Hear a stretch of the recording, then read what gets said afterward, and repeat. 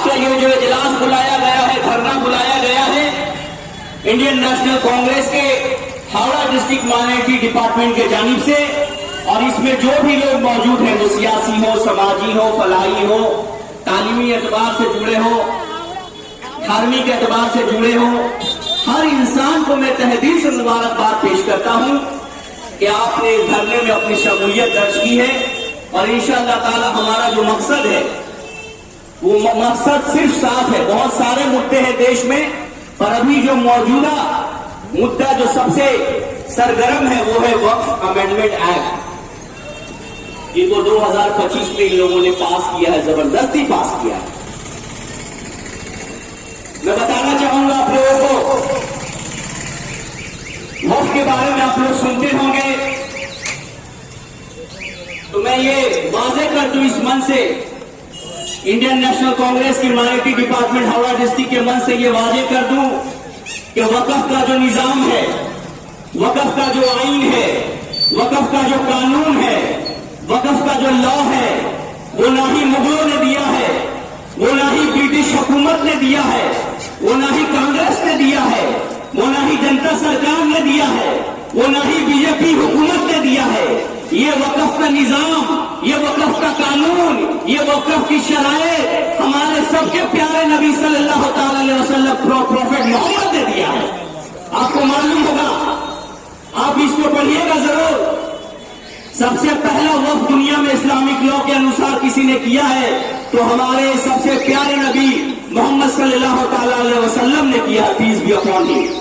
7 बागीचे, खजूरों के बागीचे को वक्फ किया था उन्होंने, 7 खजूर के बागीचों को वक्फ किया था, और उससे जो आमदनी आती थी वो गरीब, मिस्कीन, लाचार, बेबसों, यतीमों, गरीबों में बांट दिया जाता था उनकी फलाही बहबूदी के लिए। तो ये आप जान गए कि वक्फ का कानून ना मुगलों ने दिया है, ना ब्रिटिश ने दिया है, ना कांग्रेस ने, ना बीजेपी ने, ना जनता सरकार ने, ये हम सब के दोनों जहां के आका सल्लल्लाहु अलैहि वसल्लम पीस बी अपॉन हिम ने दिया है। उसके बाद आइए, और जब आप कुरान की आयत पढ़ेंगे, कुरान की जब आयत पढ़ेंगे आप, सूरह अल बकरा और सूरह अल इमरान को जब पढ़ेंगे तो उसमें आप पढ़ेंगे कि अल्लाह रब्बुल इज्जत फरमाता है कि आप अपने जान और माल प्रॉपर्टी को सदका के लिए, चैरिटी के लिए, सोशल कामों के लिए, धार्मिक कामों के लिए दीजिए। सूरह अल बकरा कह रही है, सूरह अल इमरान कह रहा है, कुरान कह रहा है मेरे दोस्त। आज जिस तरह से पूरे हिंदुस्तान में ये जो सरकार नाफिज है बीजेपी की, आरएसएस की, किसी ने कहा यह सरकार मुस्लिम विरोधी है, किसी ने कहा यह सरकार आदिवासी दलित विरोधी है, किसी ने कहा यह सरकार सिख क्रिश्चियन विरोधी है। मैं इससे बढ़ के कहना चाहता हूं मेरे दोस्त, ये जो बीजेपी की सरकार बैठी है ये संविधान विरोधी है, ये देश विरोधी है, ये हमारे देश की गंगा जमनी तहजीब की विरोध करती है। मुसलमान तो एक बहाना है, इनके निशाने में और भी कौमें हैं, क्रिश्चियन कौम भी है, सिख कौम भी है, आदिवासी भी है, दलित भी है। मुसलमान सबसे सॉफ्ट टारगेट है जिनको ये लोग वर्गलाते हैं और अपने वोट बैंक को मजबूत करके फिर से जो है सरकार में आना चाहते हैं। बहुत तफसीली गुफ्तगू करूंगा मैं इंशाअल्लाह वक्फ बिल पे, जो कि अब बिल नहीं रहा, एक्ट हो चुका है। कानूनी जो भी दाव पेश थे दोनों सदन से पास होने के बाद president of India honourable Droupadi Murmu साहिबा ने इस बिल पे साइन करके बाकायदा इसको अब कानूनी शक्ल दे दी गई है। इस पे तफसीलात में मैं गुफ्तगू करूंगा कि आखिर क्यों विरोध किया जा रहा है, आखिर क्यों इसे बातिल करार देने के लिए सुप्रीम कोर्ट में याचिकाएं पे याचिकाएं दायर की गई है, आखिर ये कानून क्यों हमारे संविधान विरोधी है, आखिर ये कानून क्यों हमारे राइट टू रिलीजन को अटैक कर रहा है, आखिर ये कानून किस तरह हमारे हिंदू मुस्लिम भाईचारे को तोड़ेगा, इस पे भी मैं तबसरा रखूंगा, अपनी बातों को रखूंगा इंशाअल्लाह। कुछ हमारे गेस्ट कलकत्ता से भी आने वाले हैं और मैं जहां जहां भी जा रहा हूं आप लोगों की दुआ से पूरे बंगाल जाने का मौका मिलता है मुझे। पूरा बंगाल जाता हूं मैं, और मैं मुसलमान एरिया में खासकर जब जाता हूं तो मुझे अफसोस इस बात का होता है कि अगर छोटे मोटे कोई प्रोग्राम हो जाए तो उस और जब बात आपके हकूक की आती है, और जब बात आपके राइट की आती है, जब बात आपके धर्म की आती है, आपके तालीम की आती है, आपके रोजगार की आती है, तब बहुत कम लोग नजर आते हैं। पर इस मायूसी के बाद भी मैं उम्मीद रखता हूं कि हमेशा से एक बात को मैं मानता हूं कि जब भी इनकलाब बर्पा होता है, जब भी रेवोल्यूशन आता है, जब भी इनकलाब आता है, तो हजारों लाखों की तादाद में लोग नहीं आते हैं, मुट्ठी भर चंद लोग ही सामने आते हैं। और टिकिया पाड़ा की आवाम जो अभी मुझे सुन रही है और अपने वक्त को निकाल के यहाँ पे मौजूद है, मैं उनको सलाम करता हूँ। आप उन चंद लोगों में शुमार है जिस लोगों में जब ऊपर में तारीख लिखी जाएगी, इतिहास अपने आप को दोहराएगा, तो भले ही ये लिखेगा कि लाखों की तादाद में लोग नहीं थे, पर चंद लोग जरूर थे जिनका जमीर जिंदा था, जिनके अंदर इस्लामी हरारत जिंदा थी, जिनका ईमान जिंदा था, और जो संविधान के लिए लड़ रहे थे। मेरे दोस्त, उनमें आप सबका नाम शुमार जरूर होगा। न्यूज के नाज़रीन व्यूअर, हावड़ा टिकिया पाड़ा के मछली हट्टा में वक्फ अमेंडमेंट एक्ट 2024 के खिलाफ धरना पे यहाँ की इलाकाई अवाम बैठी हुई है। Congress party Howrah district Congress committee के माइनॉरिटी डिपार्टमेंट की जानिब से ये देखिए अताउल मुस्तफ़ा साहब और ये एडवोकेट आरिफ खान साहब, ये हैं महमूद खान साहब, कांग्रेस के सरगर्म लीडर इस इलाके के। तो आइए धरना पे जो लोग बैठे हुए हैं उनका मकासद जानते हैं, तो किस मकसद के तहत बैठे हुए हैं, क्या मामलात हैं। तो ये मेरा पहला सवाल है महमूद खान साहब से कि महमूद खान साहब तो सर में बात कीजिएगा कि आप जो बैठे हुए आप लोग धरना में यहाँ पर, तो मगरबी बंगाल में अमेंडमेंट एक्ट नाफिज ना हो, इसका इम्प्लीमेंटेशन ना हो, इसके लिए आप लोग बंगाल में क्या कर रहे हैं या क्या करने वाले हैं? देखिए, ये सिर्फ बंगाल की बात नहीं है, पूरे हिंदुस्तान में ये बिल को रिजेक्ट किया जाए, इसके लिए हम लोग धरना पे बैठे हैं। बंगाल में रिजेक्ट अगर किया जाए, इसका हमारे पार्टी से ऊपर से आला अधिकारी कोई ऑर्डर देते हैं तो उस पर भी बात होगी, लेकिन अभी हम लोग पूरे हिंदुस्तान में ये काला कानून को वापस लिया जाए, इसके डिमांड के लिए हम लोग बैठे हैं। इसके लिए आप लोगों ने क्या नए अमल तैयार किया, स्ट्रेटेजी आप लोगों की क्या है? ये आज हम लोगों का एक छोटा सा धरना प्रदर्शन है ताकि लोगों तक हम लोग मैसेज पहुंचाएं और लोगों को ये बताएं कि आने वाले दिन में हम लोग बहुत बड़ी तादाद पर रोड पे उतरेंगे और हो सके तो हावड़ा में दूसरा शाहीन बाग बनाया जाएगा। हावड़ा में किसान आंदोलन के जैसा एक बड़ा आंदोलन करके हावड़ा के हाईवे को जाम कर दिया जाएगा और इसके लिए हावड़ा माइनॉरिटी डिपार्टमेंट पूरी तरीके से तैयार है। आज के इस धरना में कितने लोग शरीक हुए हैं? आज के धरना में 50-60 लोग हैं हमारे यहाँ माइनॉरिटी डिपार्टमेंट से जो हैं, और बाकी लोग हैं, पब्लिक यहाँ पे है, पब्लिक साथ दे रही है, पब्लिक वादा कर रही है कि आप जब बोले आएंगे, जिस वक्त बुलाएंगे, हम लोग आपके साथ रोड पे उतरने को राजी।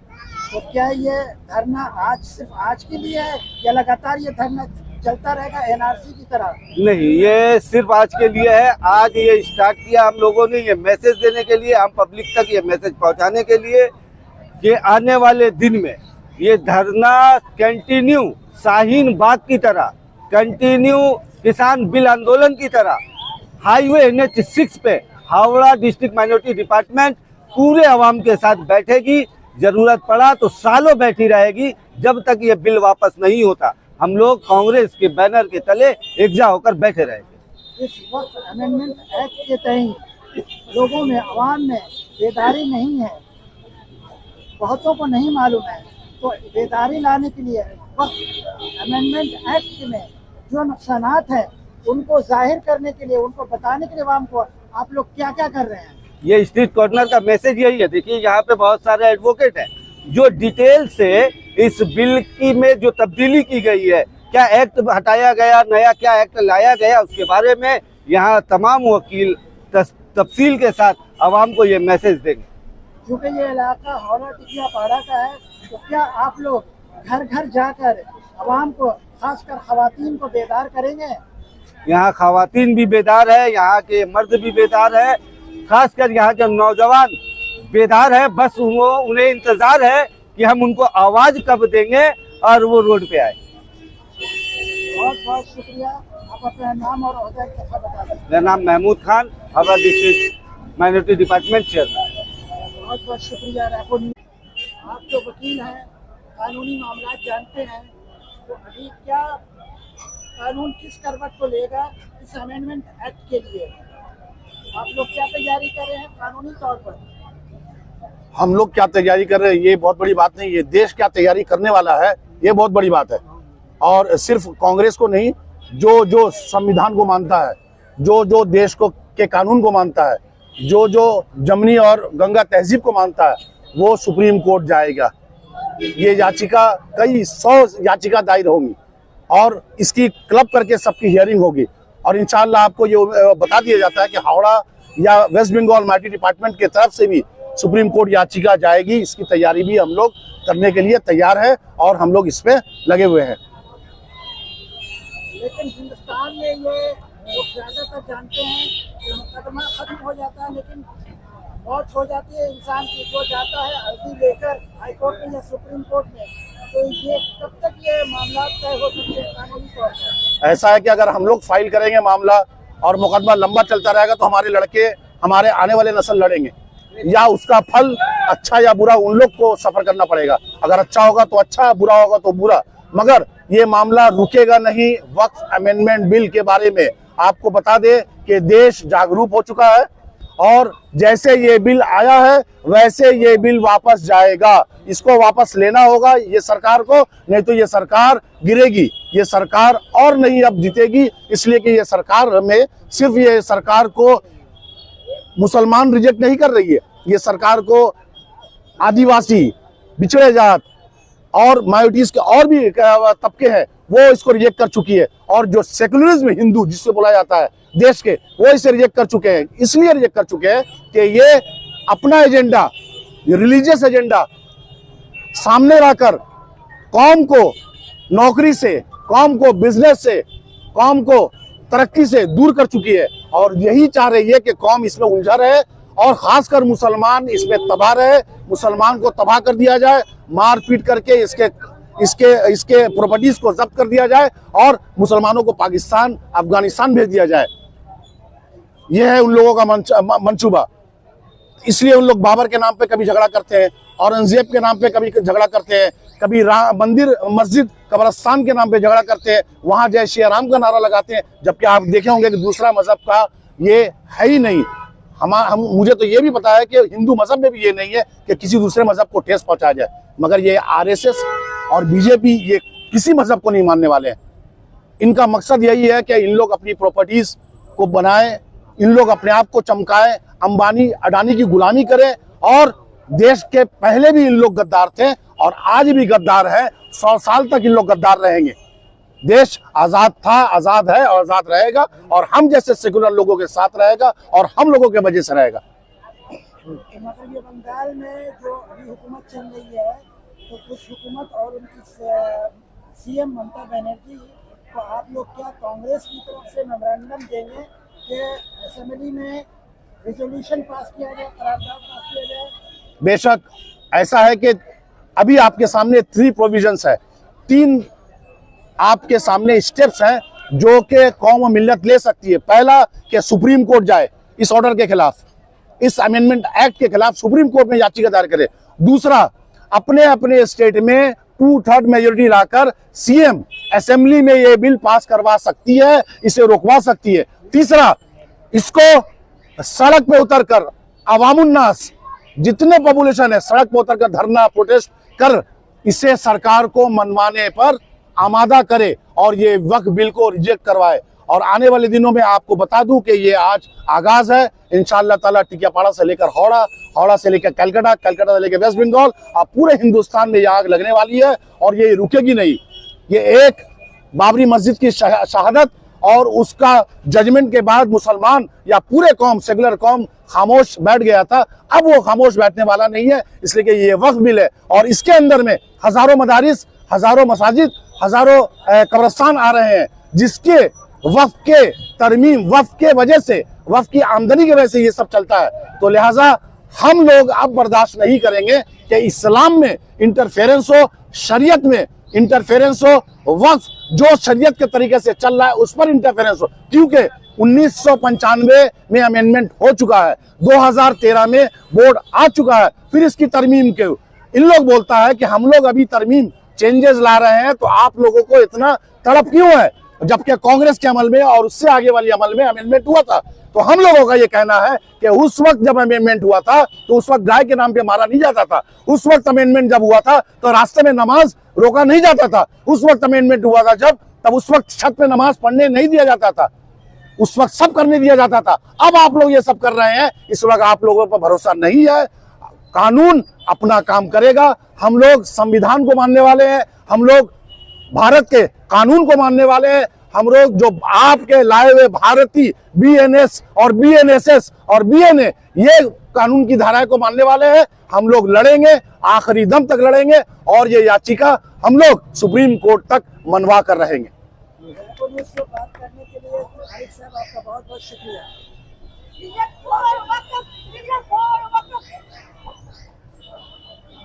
वक्फ बिल रिजेक्ट करो, वक्फ बिल रिजेक्ट करो, वक्फ बिल वापस लो, वक्फ। कि हिंदुस्तान के पार्लियामेंट में एक काला बिल पास किया गया, जिस बिल से मुसलमानों को सिर्फ नुकसान ही नुकसान होने वाला है। आज आप अपने सरों पर टोपी लगाकर, आप अपने सरों पर पगड़ियां बांधकर मस्जिदों में आराम से जाकर सजदा करते हैं, नमाजें पढ़ते हैं, रास्ते में जुमे की नमाज अदा करते हैं। लेकिन ये बिल आने वाले के बाद आपके हावड़े के इलाके में ही कोई एक शख्स आएगा और आकर रात को यहाँ पर मूर्ति रख देगा और बाद में ये कहेगा कि ये प्रॉपर्टी मेरी है, कोर्ट पर जाकर केस कर देगा और ये डिस्प्यूट हो जाएगा। डिस्प्यूट होने के बाद सरकार इसको अपने कब्जे में कर लेगी और हम आप हाथ पर हाथ दिए बैठे रह जाएंगे। वक्त अभी है। हिंदुस्तान में एक और काला कानून पास हुआ था किसानों के खिलाफ, किसानों की जमीन को छीनने के लिए। जिस तरीके से आज मुसलमानों की जमीन छीनने के लिए जो काला कानून पास किया गया है, उसी तरह 2 साल पहले किसानों की जमीन छीनने के लिए यह सरकार काला कानून को पास की थी। लेकिन किसानों ने पूरे हिंदुस्तान को यह दिखा दिया कि हिंदुस्तान के संविधान ने, भीमराव अम्बेडकर ने जो कानून उनको दिया था, उस कानून को तोड़कर अगर कोई नया काम करने की कोशिश करेगा तो उसको वो कभी भी बर्दाश्त नहीं करने वाले। उसी तरीके से उनके रास्ते पे चलते हुए हिंदुस्तान के मुसलमान भीमराव अम्बेडकर के कानून 26 आर्टिकल के तहत हमको ये अधिकार मिलता है कि हम अपने संविधान के हिसाब से अपने मस्जिदों को, अपने मदरसों को, अपने कब्रिस्तानों को अपने आप अपने तौर पर हम चलाना चाहे तो चला सकते हैं। अगर हमारे आबा अजदाद ने हमारे और आपके लिए कब्रिस्तानें वक्फ कर दी, हमारे और आपके बच्चों के लिए मदरसा दिया गया, हमारे और आपके लिए मस्जिदें बनाई गई, तो किसी के बाप का ये जागीर नहीं है कि कोई हमसे छीन ले। ये जागीर हमारे आबा अजदाद का है। मेहनत की कमाई करके अगर कोई 10 बिल्डिंगें बनाता है, हजारों मील जमीन लेता है और वो अपने मौत के समय उसको ये अधिकार है कि वो अपनी जमीन अपने बच्चों को दे दे या अल्लाह के राह में आप लोगों के लिए, कौम के लिए वक्फ कर दे। ये उसके बाप की निजी जायदाद है। हिंदुस्तान की हुकूमत की बाप की जागीर नहीं है कि वो हमसे ये जमीनें छीन ले। अगर वो जमीन छीनने की कोशिश करेगा तो हम पुरजोर इसका आंदोलन करेंगे, पुरजोर इसका विरोध करेंगे। टिकियापाड़ा से लेकर कलकत्ता तक, कलकत्ता से लेकर दिल्ली तक, पूरे हिंदुस्तान में ये बात कान खोलकर सुन ले भारतीय जनता पार्टी वाले। अगर तुम हमारे मामलात में घुसने की कोशिश करोगे, तुम हमारे कब्रिस्तान में, जमीनें, मदरसों, मस्जिदों में उंगली उठाकर देखोगे तो वो उंगली को हम तोड़ देंगे। वो उंगली हमारे तरफ जो उठे उसको तोड़ देंगे। आप ये बात याद रखिए। लेकिन आपको भी जागरूक होना। भाई हजरात खड़े हैं और जो स्टेज पर बैठे हैं, जवाब दें ताकि हम सबको समझ में आए कि ये भीड़ सिर्फ दिखाने के लिए नहीं, ये भीड़ वक्फ अमेंडमेंट एक्ट वापस करने के लिए लगी हुई है। कहिए वालेकुम अस्सलाम व रहमतुल्लाहि व बरकातुहू। कुछ बात है कि हस्ती मिटती नहीं हमारी, सदियों रहा है दुश्मन दौरे जमा हमारा। तो ये हिंदुस्तान है, गंगा जमुनी तहजीब से चलने वाला, हिंदू मुस्लिम सिख ईसाई के भाईचारे पे चलने वाला ये हिंदुस्तान है। हिंदुस्तान हमेशा जिंदाबाद था, जिंदाबाद है और इंशाअल्लाह जिंदाबाद रहेगा। ये काला कानून, ये बीजेपी सरकार, आरएसएस के दलों को वापस लेना ही पड़ेगा। इन्होंने जो बताया कि औरतों को इस 44 जो क्लॉज है इनका, इनमें शामिल किया जाएगा। इस बिल में औरतों को जो शामिल किया जाएगा, हम औरतों को क्या फायदा होने वाला है, ये बीजेपी के दलाल हमें बताएंगे कि हम औरतों को क्या फायदा होने वाला है। वो बीजेपी के दलाल जो औरत की अजमत को नहीं बचा सकते, जो मनी को नहीं देखते,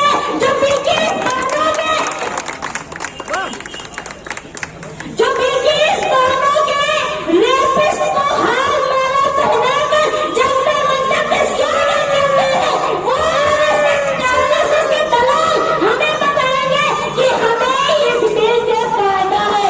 ये आरएसएस के दलाल, ये बीजेपी के, ये अंग्रेजों के ताने चाटने वाली सरकार हमें बताएगी कि हमें इस बिल से फायदा है। हम 5 वक्त की नमाज अपने घरों में अदा करते हैं कि नहीं करते हैं, ये सरकार हमें हमारे हुकूक बताएगी। हमें हमारा हुकूक हमारे नबी करीम सल्लल्लाहु अलैहि वसल्लम ने सबसे पहले 1400 साल पहले बता दिया है। जिस दुनिया में औरतों को जिंदा दफना दिया जाता था, वहां पर हुजूर करीम सल्लल्लाहु अलैहि वसल्लम के हम उम्मती हैं और उन्होंने हमें जिंदगी दी, उन्होंने हमें अपनी प्रॉपर्टी में हिस्सेदारी बताई, उन्होंने सूरह निसा में हमारे हुकूक बताए। ये आरएसएस और बीजेपी के दलाल हमें क्या बताएंगे? हमें ये डराने का काम करते हैं और इंशाअल्लाह इस्लाम में कोई कभी किसी से डरा है और न डरेगा। इंशाअल्लाह हम सब इसी मजबूती के साथ, आज ये 4 घंटे का धरना, 5 घंटे का धरना है, इंशाअल्लाह आरएसएस और बीजेपी के दलालों को हम मुंह तोड़ जवाब इसी तरह धरना करके, प्रोटेस्ट करके हम जवाब देंगे कि हम इस काले कानून को नहीं मानते, नहीं मानते, नहीं मानते। और जब तक हमारे जिस्मों में खून का एक एक कतरा रहेगा, तब तक ये लड़ाई चलती रहेगी। और अगर हम इस तरह कुर्बान हुए तो हमारी आने वाली नस्लें, हमारे बच्चे उसी तर्ज पे ये लड़ाई लड़ते रहेंगे। मगर अफसोस का मुकाम है, ये मछली बाजार टिकिया पाड़ा है, यहाँ पर मुसलमानों की आबादी बहुत ज्यादा है। आज वो मुसलमान कहाँ है, कहाँ सोए हुए हैं, कहाँ मेरी पर्दानशी बहनें हैं, सिर्फ जो आज के 1 हफ्ते पहले ईद का जश्न मनाने के लिए तमाम रोड ब्लॉक करके चल रही थी, वो पर्दानशी बहनें कहाँ हैं? क्या हमारे चंद लोगों की ये लड़ाई है? नहीं मेरे भाई, अगर अब नहीं जागे तो कब जागेंगे? हमें जागना होगा, हमें अपने कंफर्ट जोन से बाहर आना होगा, तब हम इस लड़ाई को लड़ सकेंगे। और ये मर्द हजरात हमारी लड़ाई को अकेले नहीं लड़ सकते, इसलिए कि अगर हमारे मर्द हजरात धरने पर बैठ गए, अगर हमारे मर्द हजरात इसी तरह प्रोटेस्ट करते रहे, तो हमें हमारा घर चलाना मुश्किल हो जाएगा। हमें हमारा घर भी चलाना है, हमें हमारे बच्चों को भी देखना है, हमारे सारे हुकूक के साथ साथ हमें अमेंडमेंट बिल एक्ट के लिए भी लड़ना है। तो हमारे मर्द हजरात कमाने के लिए फ्री हो, हमें हर चीज की जानकारी चाहिए। और इसी तरह से हम जानकारी लेते हुए, इसी तरह से इस धरने, इस प्रोटेस्ट को हम इंशाअल्लाह आगे लेके जाएंगे। हम अमन चाहते हैं। आज उन्होंने जो वक़्फ़ बिल पास किया है, इससे उनको कोई प्रावधान नहीं होना चाहिए, उनका इससे कोई मान ही नहीं होना चाहिए, क्योंकि ये वक़्फ़ प्रॉपर्टी जो है ये हम लोगों का बाप दादा का दिया हुआ है। ये हम लोगों का हक है। वो कौन होते हैं हम लोग का हक में आकर सामने आने वाले? उनका कुछ भी नहीं है इससे, बस सिर्फ ये एक हर तरफ से इंसान को परेशान करने के लिए, कैसे मुसलमान परेशान हो, कैसे ये लोग अपना रोजगार खत्म करते हैं, हर तरफ से हम लोग को परेशान रहे, हम लोग का खाना पीना कैसे बंद करें, किस ढंग से ये लोग जी रहे हैं, बस हम लोग को संतुलन बिगाड़ के रखना चाहते हैं और ये लोग कुछ नहीं करना चाहते हैं। मुसलमान को हिंदुस्तान से हटाने का मकसद है, तो मुसलमान भी यहाँ का घास नहीं बोला है, किसी का बाप का जागीर नहीं है मुसलमान या हिंदुस्तान, ये हम लोगों का बाप का जागीर है। हिंदुस्तान हमारा है, हम सबका है हिंदुस्तान, किसी का बाप का नहीं है हिंदुस्तान। ये किसी नरेंद्र मोदी का हिंदुस्तान नहीं है, ये किसी का बाप का घर दिया हुआ नहीं है, ये हमारा हिंदुस्तान है। जिस वक्त पाकिस्तान हिंदुस्तान हुआ था उस वक्त हम लोगों ने लड़ा है, हम लोग के बाबा दादा ने लड़ा है, इसलिए हम लोग आज हिंदुस्तान में बैठे हुए हैं। जो नहीं लड़ पाएंगे पाकिस्तान में, हम लोग लड़े हैं और हम लोग लड़ते रहेंगे, मरते दम तक लड़ते रहेंगे। या वो वक़्फ़ हो, या वो मस्जिद के नाम पे हो, या वो मंदिर के नाम पे हो, हम लोग मंदिर के भी साथ देंगे, इसलिए के साथ देंगे क्योंकि हिंदुस्तान में हम लोग मुसलमान एक है, हर हिंदू मुसलमान एक है, क्योंकि वो लोग हमेशा हम लोग का साथ दिए, हिंदू लोगों ने हमें साथ दिया। कुछ हिंदू लोग जो है, जो लोग जाहिल है, जो लोग जानते नहीं है, वो लोग मुसलमान को खराबी करते हैं, लेकिन वो हर हिंदू खराब नहीं है। इसी तरह हर मुसलमान नहीं चाहते हैं कि हिंदू का खराबी करें, तो इसीलिए हम चाहते हैं कि आप लोग हमको बहुत, हम लोग उम्मीद से आए आपके यहाँ, आज हम लोग धरना रखते हैं। हम लोग चाहते हैं बेनियस रोड हावड़ा के मुसलमानों भाई से या अदर काश्मीर जाने, तो हम लोग का वक्त में साथ से ये वक्त सिर्फ हम लोगों का नहीं है, आप लोगों के लिए लड़ाई है। ये हम लोग का पर्टिकुलर लड़ाई नहीं है या किसी पार्टी की लड़ाई नहीं है, ये आप लोग के हक के लिए लड़ा जा रहा है। अगर आज ये हम लोग हक के लिए नहीं लड़ेंगे तो कल आप लोग कब्रिस्तान में लोग दफन कहाँ होंगे? हम लोग मस्जिद में नमाज पढ़ने कहाँ जाएंगे? रोड पर मारा जाता है, अभी वक्त बिल पास नहीं हुआ, दूसरे दिन बाजार पर से वो लोग चादर उठा के फेंकने लगे, इन डूब कर बोलने की सब चादर हटाओ, इसको फेंको उसको फेंको। आप लोगों ने देखा होगा आजकल मीडिया से तेज है कि हर तरफ आप लोग देख रहे हैं कि किस ढंग से मुसलमानों के साथ किया जा रहा है। अगर हम लोग रहेंगे तो हम लोग नर का भी रहेंगे, लेकिन हिंदुस्तान में ही रहेंगे, मरेंगे हिंदुस्तान में, जिएंगे हिंदुस्तान में, हिंदुस्तान में कभी नहीं छोड़कर जाएंगे, कभी नहीं। मोदी सरकार जो होता है कर लो, हम लोग हिंदुस्तान कभी नहीं छोड़ेंगे और न वक़्फ़ छोड़ेंगे। तुम कौन होते हम लोग वक़्फ़ में हाथ देने वाले? तुम्हारा बाप का प्रॉपर्टी है, तुम्हारा बाप का नहीं है, हम लोगों का प्रॉपर्टी है। तुम कौन होते हो हम लोग को दिखलाने वाले? तुम कौन हो हम लोग का अच्छा भलाई करने वाले? तुम्हारे तक हिंदुस्तान में अच्छाई क्या किए, क्या अच्छाई किए? तुम बोल रहे हो कि तुम हम बिल पास करके अच्छाई कर रहे हो, कब का हमको एक भी अच्छाई दिखाओ। हर तरफ से हिंदू मुसलमान दोनों को परेशान करके रखे, बुलडोजर चल रहा है तो मुसलमान के भी घर पे चल रहा है, हिंदू के भी घर पे चल रहा है। रामनवमी के राम मंदिर के नाम पे जगह 50 स्क्वायर फीट का रास्ता निकाल दिया, हिंदू का भी घर तोड़ा, मुसलमान का भी घर तोड़ा। किसको ये लोग ठीक रखे? किसी का ये लोग ये लोग सिर्फ खुद के लिए है, ये लोग खुद के लिए पार्टी करते हैं, ये लोग आवाम के लिए नहीं है, आवाम के लिए नहीं है। आप लोग सोच कर देखिए, हम जो भी बोल रहे हैं ये आप लोग भी देखते होंगे, मीडिया में देखते होंगे, फेसबुक में देखते होंगे, रील्स में देखते होंगे, ये लोग किसी का अच्छा नहीं चाहते। लेकिन अब हम लोग को चाहिए कि हर मुसलमान भाई बहन एक होकर ये वक़्फ़ के लिए सामने आए, लड़े और आवाज उठाए। इसके लिए हम आप लोग का बहुत शुक्रगुजार है कि आप लोगों ने यहाँ आकर अपना कीमती वक्त हम लोगों को दिया, और हम चाह रहे हैं कि आगे भी आप लोग दें। ये वक़्फ़ के मामलों में आप लोग को नहीं समझ में आता है तो किसी भी कारी किसी से भी पूछिए, वो लोग आप लोग को समझाएंगे वक़्फ़ क्या है। वक़्फ़ क्या है? मरने के बाद तो सुकून से हम लोग सोए कब्र में, या फिर आप लोग चाहते हैं कि फिर आगे वो मंदिर में बना दे कब्रिस्तान में? तो इसके लिए आप लोग आगे आइए। हम ये बोल के अपना वक्तव्य पेश करते हैं। आप लोग का बहुत बहुत शुक्रिया। अल्लाह हाफिज। पार्लियामेंट के अंदर में हमारा कोई लड़ रहा है, कोई साथ दे रहा है, तो 230 हिंदू एमपी हमारे साथ दे रहे हैं हमारे वोट बिल को रिजेक्ट करने के लिए। तो इस देश में जितने हमारे हिंदू भाई रहते हैं वो हमारे लिए खड़े हैं, तो हम भी उनको नहीं भूलना चाहते हैं इस मंच के जरिए से। आज अगर वो सेकुलर भाई, सेकुलर हिंदू हमारे साथ यहाँ मंच से लेकर के पार्लियामेंट तक नहीं होते तो पता नहीं नरेंद्र मोदी की सरकार हमें क्या से क्या कर रही थी।